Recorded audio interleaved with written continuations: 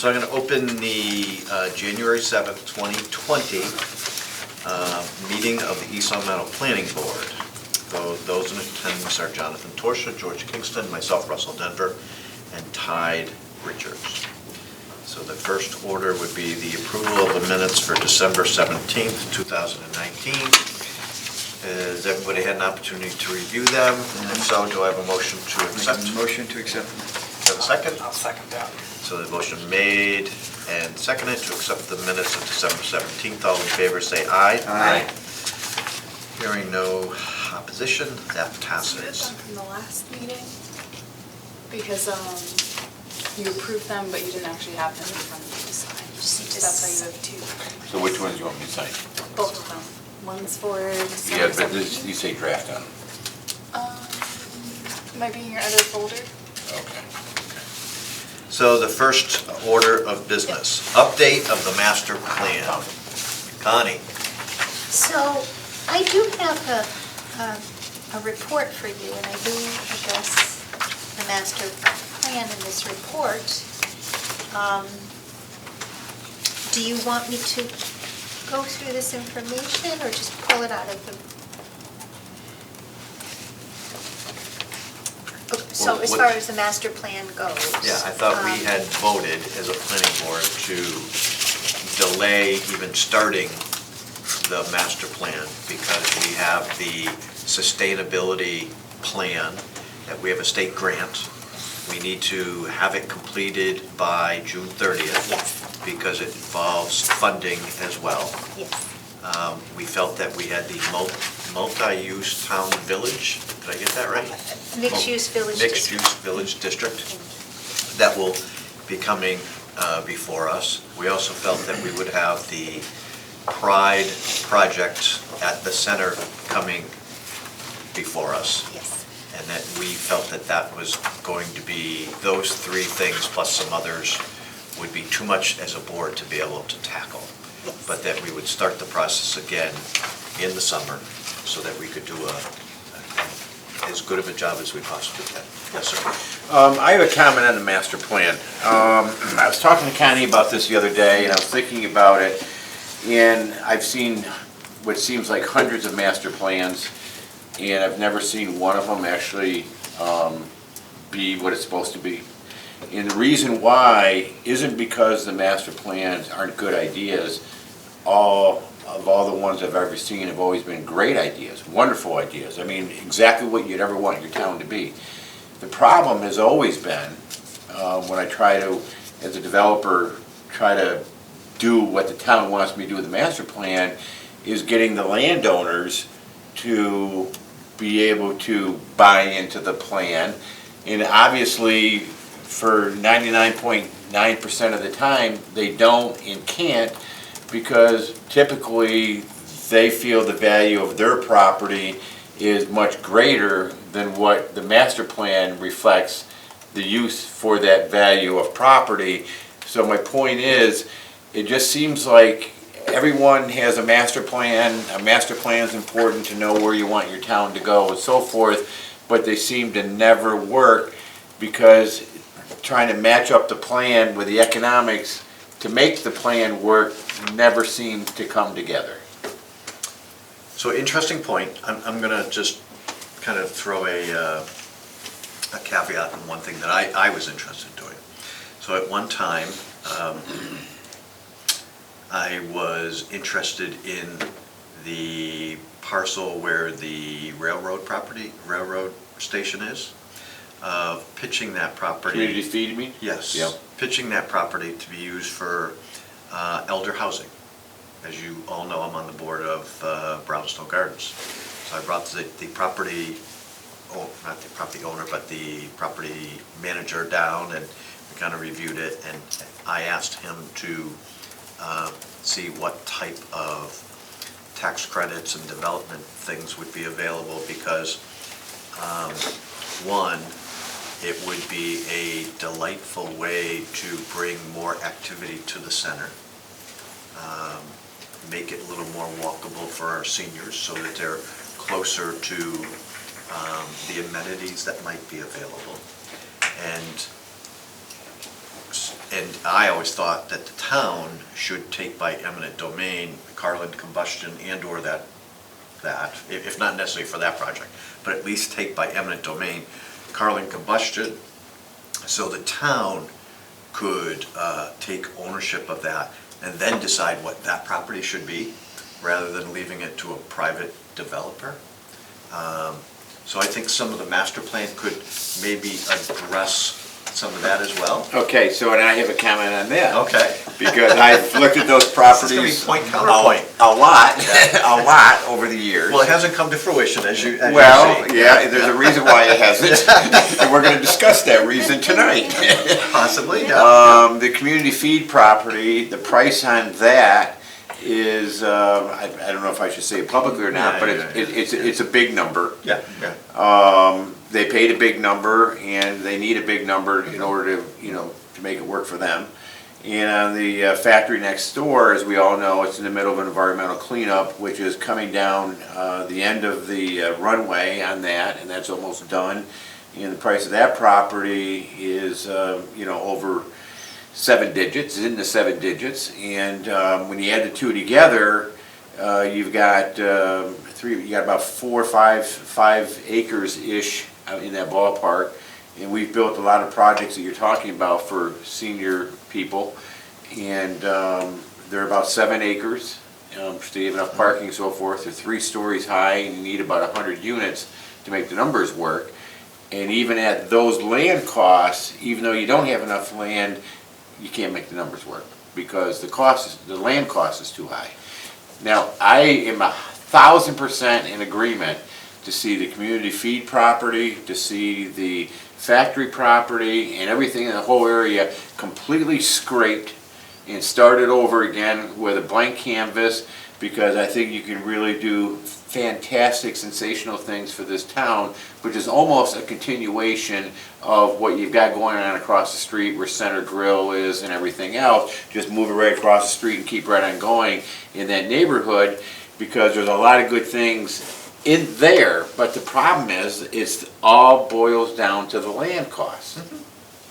That's where the issue always is on these master plans. Of course, Yeah. but I think the thing you don't want to lose sight of is, if you want to do something like that and you want some public benefit out of it, then you're talking grant money, and you can't get grant money if it's not in the master plan.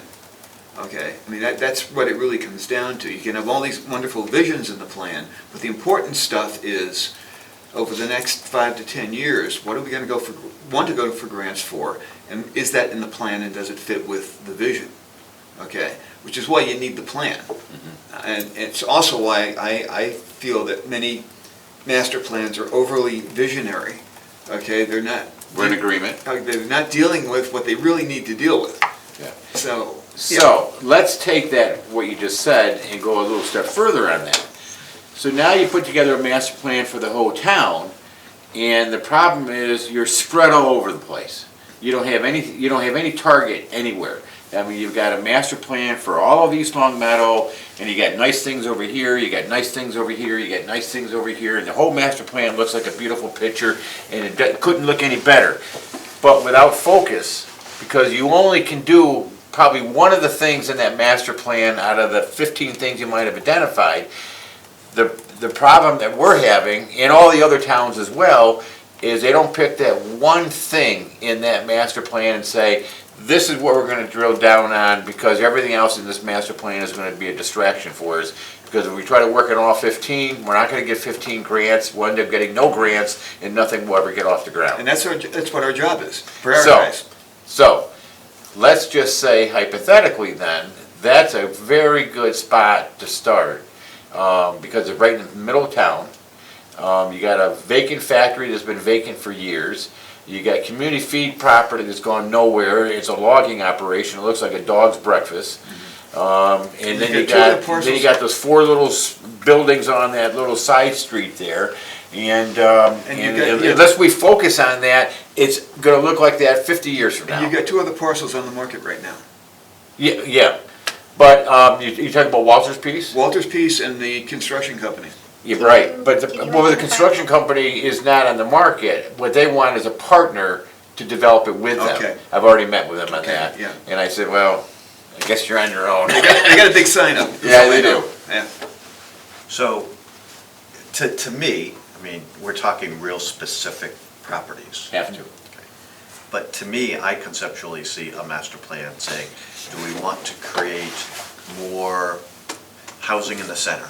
And the reason we want that is to create more activity, more pedestrian, amenities, more, so that the properties that are there are used to its fullest.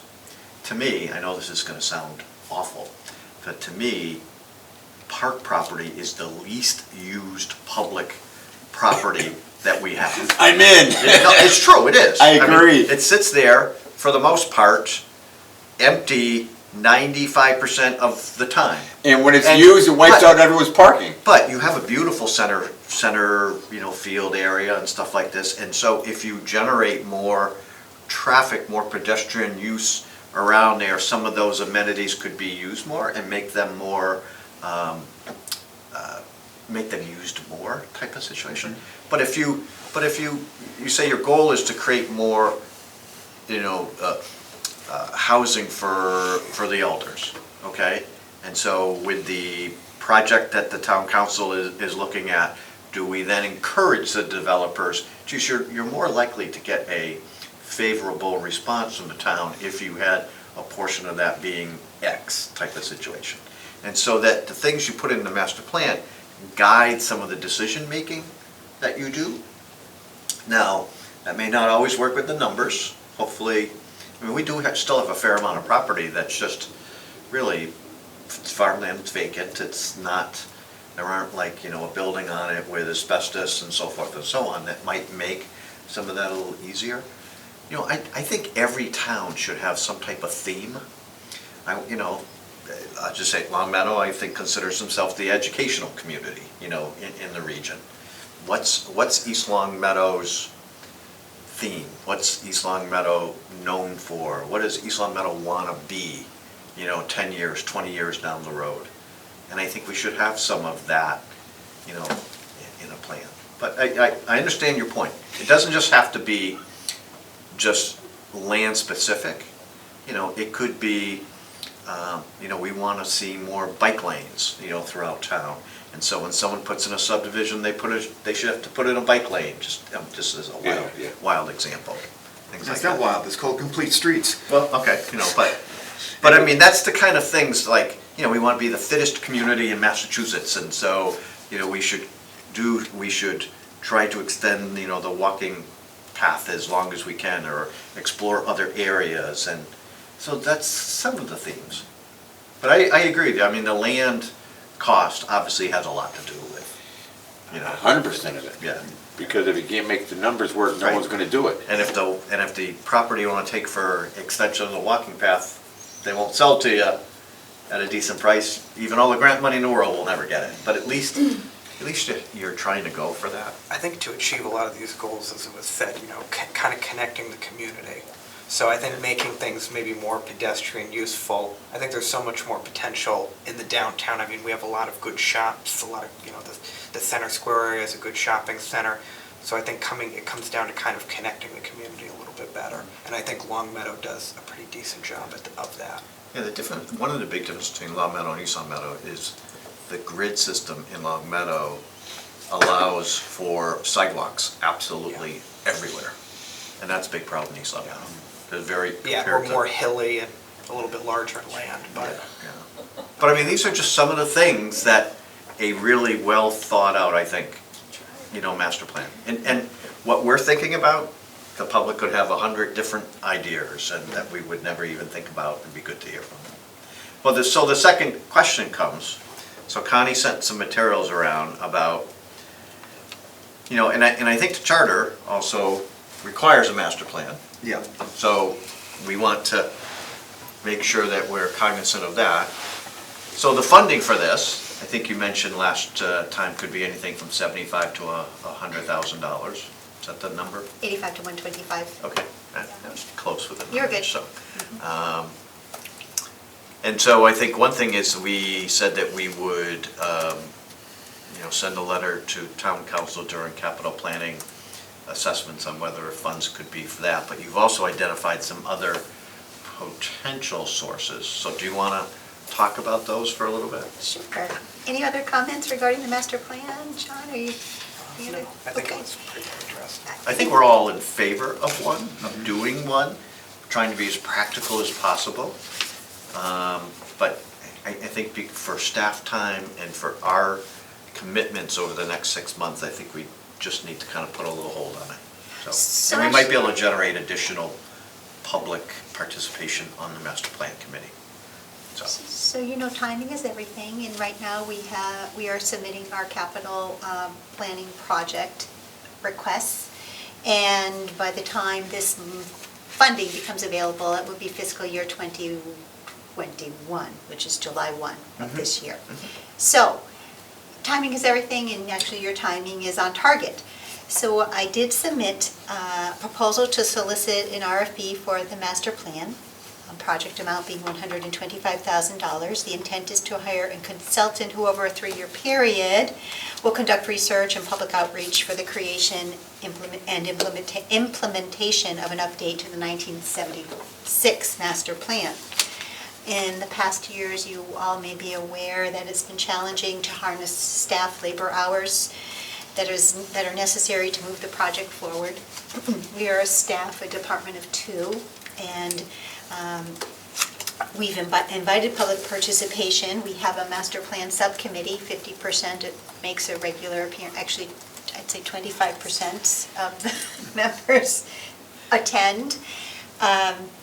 And we just haven't had the turnout anticipated in developing the guiding document, which is community engagement. We need to have people come and talk and express what they want to see in the master plan. And I have to compliment the 4 of you. I think your dialogue was tremendous. It was a planner's dream to hear the exchange of ideas that was just presented in this meeting, and I am very grateful. And hopefully, the listening audience might also make a contribution by sending emails to our department, Planning and Community Development, or picking up the phone and giving us a call to maybe offer some of their comments. But again, it's not in the public arena, so it's hard to really take those comments and say, this is what we've heard. You really have to either put it in writing. So anyway, the capital planning projects require are done over 3 years. This project would last 10 years. Master plans generally are revisited every 10 years. Some communities choose to update periodically over the years, different sections. We're just so far behind the 8 ball in 1976 that we can't piecemeal it so much. So I truly believe we need to have somebody take a look at it and help us in the consulting world. So if we divide that maximum amount 125 over 3 years, that's, times 4, 35. Somebody do the math quickly, times 4. 41 and a half. Okay, yeah. So, maybe the town fathers would look kind upon asking or granting us that portion over 3 years. Depending on how the RFP would be structured, a percentage would be done that first year, another percentage the third year, and then we would be presenting it the third year. Did I get that? First, second, third. And quite honestly, the master plan, once it's developed, is really a guide for the town council on a lot of their decision-making, Yes. as well as the planning board, conservation commission, and so there will be multiple committees, commissions, boards that will use that as a guide in Yes. a lot of their decision-making. It is a benefit. It is a true benefit. On November 20th, I attended a highly informative and enriching community engagement workshop presented by the Metropolitan Area Planning Council. Attendees were introduced to a range of civic engagement activities that may be used today to reach stakeholders, engage people most critical to a project, and motivate people to participate. And the takeaway was we must go to where the people are. You can see by our lively audience, You know, we know on the agenda, we've placed discussion of the master plan, and I see our two dedicated followers. So if we had ambassadors that perhaps were at Starbucks, and I'm borrowing, or Shelburne Falls Coffee, or Pete's Sweets, or name any other business on Saturday morning, you know, and started talking with the people who came in about where they wanted to see the town go, what do you want to be when you grow up, you know, what's the theme. Those are actually all really dynamic pieces that we need to have in place. But right now, the way we do our public outreach or our engagement is simply to have our public meetings. And it's just not working today, and we're not alone. You know, they wouldn't have these workshops if we were all in a fishbowl swimming alone. We're all together saying we can't reach the people and have them present their ideas for us. They don't really know, you know. So have you applied for the Pioneer Valley Planning Commission? Technical assistance money? Haven't applied for that. That was something that I would like your support for as I draft the addendum. I have submitted, another piece is that we have our subsidized housing inventory seems to be skewed. The numbers are off. The state has certain numbers, and they're not matching with what our assessor's department has for numbers. So I've spoken with the planners at Pioneer Valley Planning Commission, and as part of the Delta, the district local technical assistance funding, we could submit an application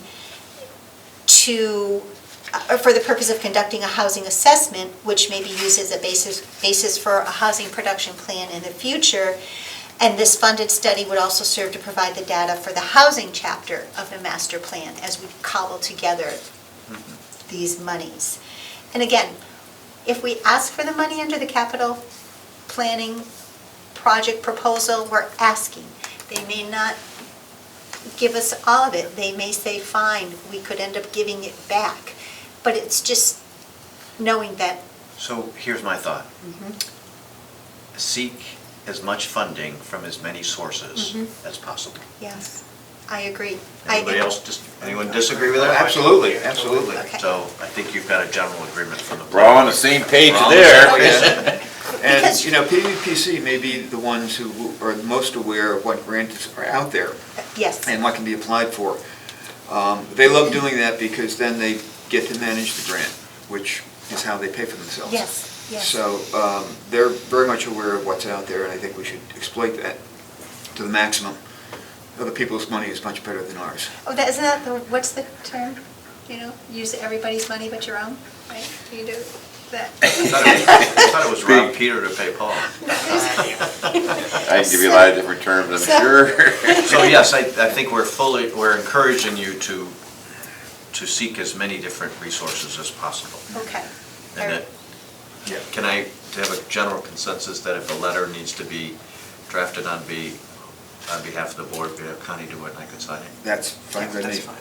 Absolutely. As I usually do, I send it to everybody, Yeah. you know, Yeah, chime that'd in be good. individually, and then any changes, modifications, then we'll get the final product to Russ for signature. That's wonderful news. It gives me great peace of mind moving forward. I do want to mention that I've already submitted funding for the solar array bylaw. We've been working diligently. The large solar working group through Pioneer Valley Planning Commission has assembled a group of professional planners that fall under their jurisdiction, and we've been working about a year now, doing the research and compiling information so as to craft a model bylaw for ground-mounted solar arrays.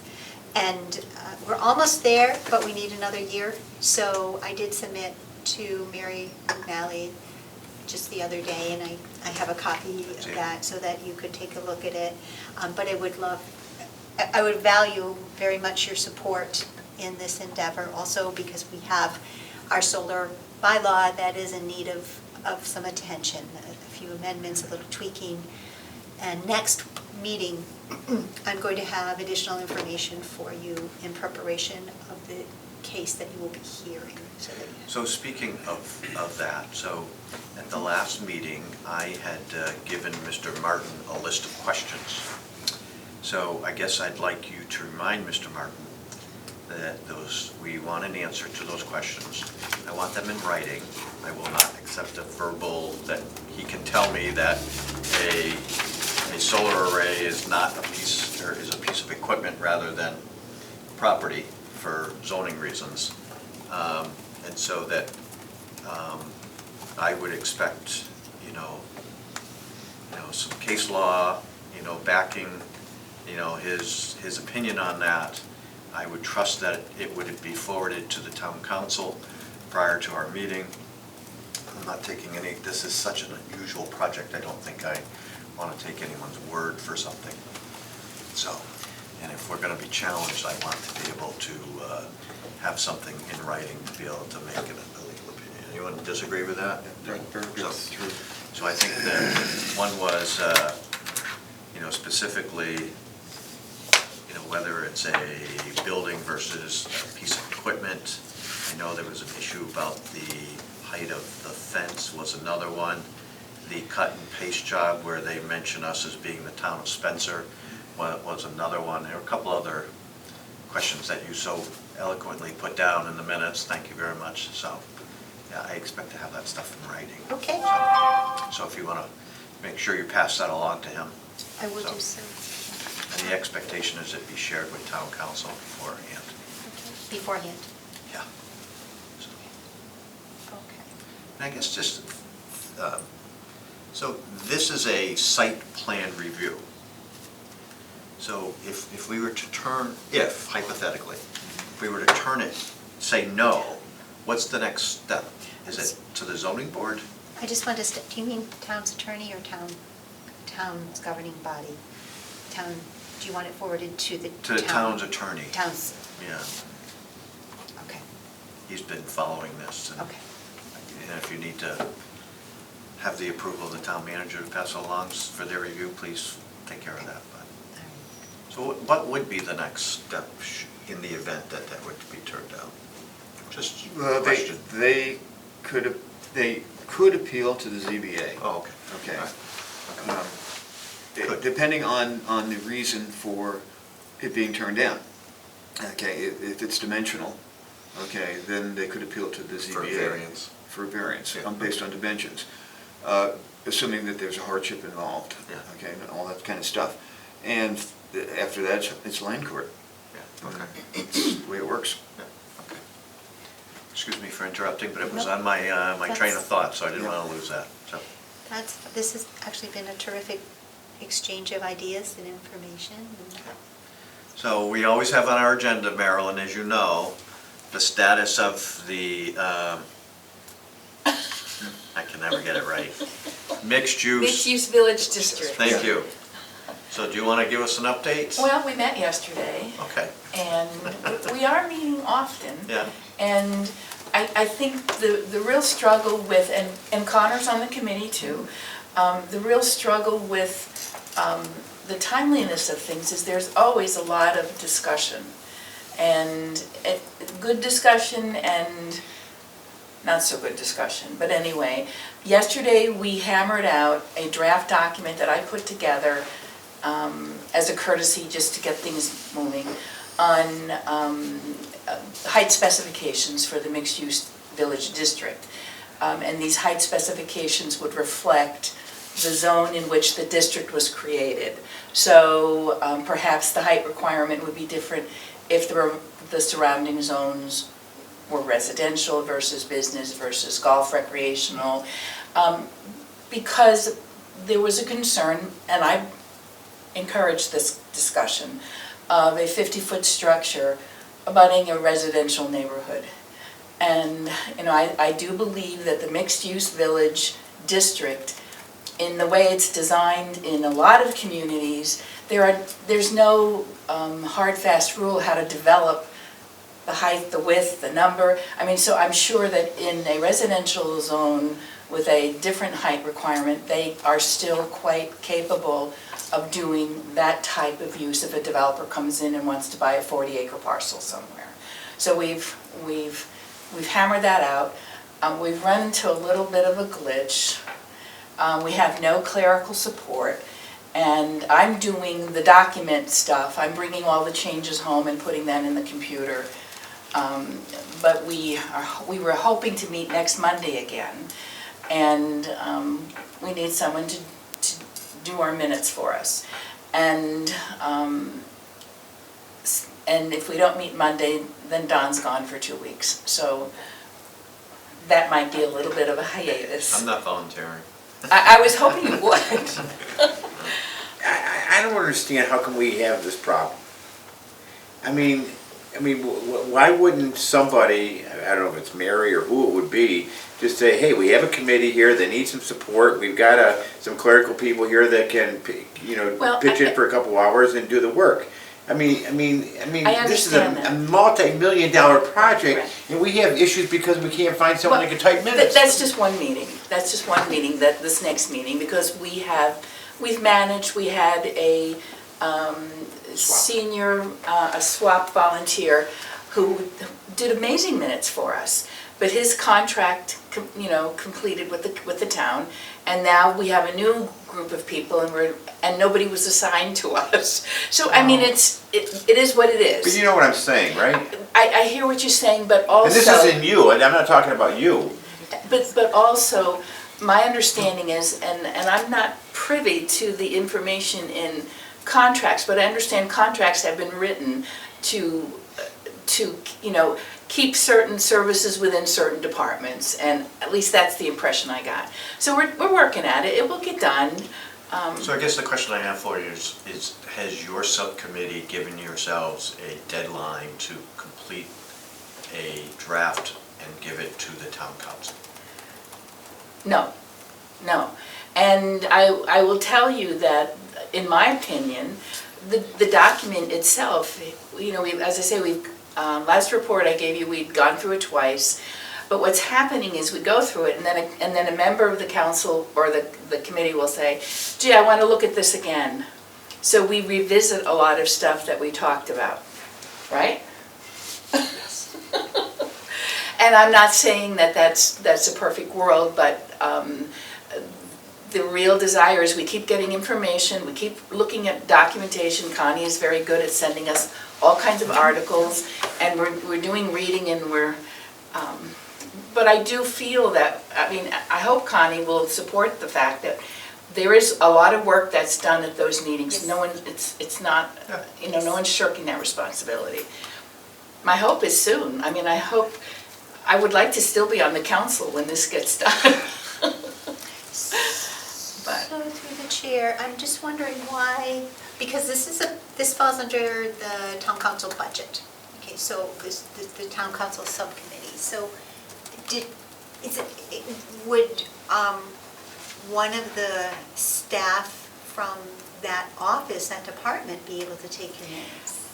And my feeling is that the whole idea of our government change was to get rid of all the little fiefdoms and have departments that worked in harmony with one another. Initially we had the planning board secretary in the first go-around, and that was Tracy. And that worked very well because Tracy was comfortable with the document and with the minutes and the language and whatnot.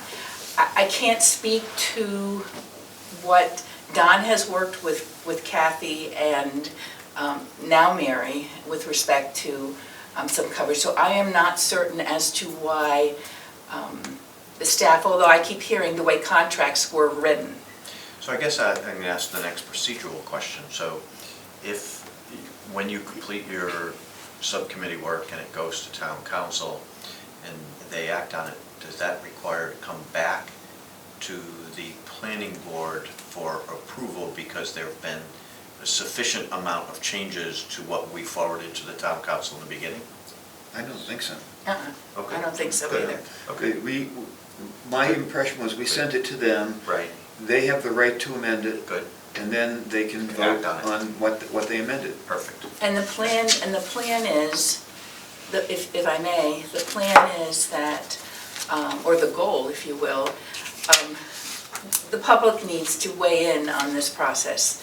That we really haven't had a well-publicized meeting regarding mixed-use development, and not necessarily at 330 Chestnut or anywhere within the community. And with the two public, the readings of the hearing, or of the bylaw, and there's an opportunity twice for the public to weigh in. So hopefully, if we've made a mistake, or if we've misinterpreted something, we'll have a chance to revisit it. So what's sort of like the progress level? Do you guys think you're, I'm sorry? the progress level, do you think you're more like 3/4 done, or? Oh, no, I think we're close. I'm sure hoping, because I have a punch list of things that I still think we need to do, but I'm not the chairman. Connor has a list of his own. I think, we're all trying to button things up and get it done. Good. So. Does Connor have anything else to add? No. Summarize. Are there any other issues the board would like to discuss, Connie? I just wanted to finish my report. Okay. Okay. Do you want me to Go read ahead, that? Because I know Lori. you all want to go home. We can state we have had an appointee to the planning board. However, we have not received the certification of their ethics training, nor the certification that they've been sworn in. So we haven't brought this person, and if you'd like, I can say the name. I'd wait till the next meeting. Okay, so we're waiting on the details to be completed, so before we introduce them. But we will have a new board member for our next meeting. Yes, and we are still looking for an associate member that can weigh in on special permits, which would mean they wouldn't necessarily have to attend every meeting. Generally, knowing that a special permit might be forthcoming, that where there is a perceived conflict of interest, and we know there's a recusal, then that person would step in and be able to see the case through. And so, that's usually short. And it's a great way for people to become familiar with the planning board and how it works. So if there's anybody out there who's thinking maybe they might be interested, but they, have various reasons why they wouldn't want to commit full-time, you are welcome to, again, send us an email. And finally, the town report is out, the 2018 report. It's available at Town Hall. We don't know if you all want a copy. I think if you could get copies for everybody at the next meeting, Yeah, that would be Do great. that? Okay. Okay, because it's extremely useful. It is. I actually use that like I would use a master plan. You can see I already have pages. So that's what I have for you, gentlemen. So what's our preliminary agenda look like for the 21st? Don't have it with me. Oh, I might be able to get it. That's okay. Let's see. Sometimes I can get the. We have 2 special permits and I think 4 site plan waivers. Okay. And then the continued hearings. Good. All right, So is there a motion to adjourn? so moved. Or a second? I will second that. All in favor, say aye. Aye.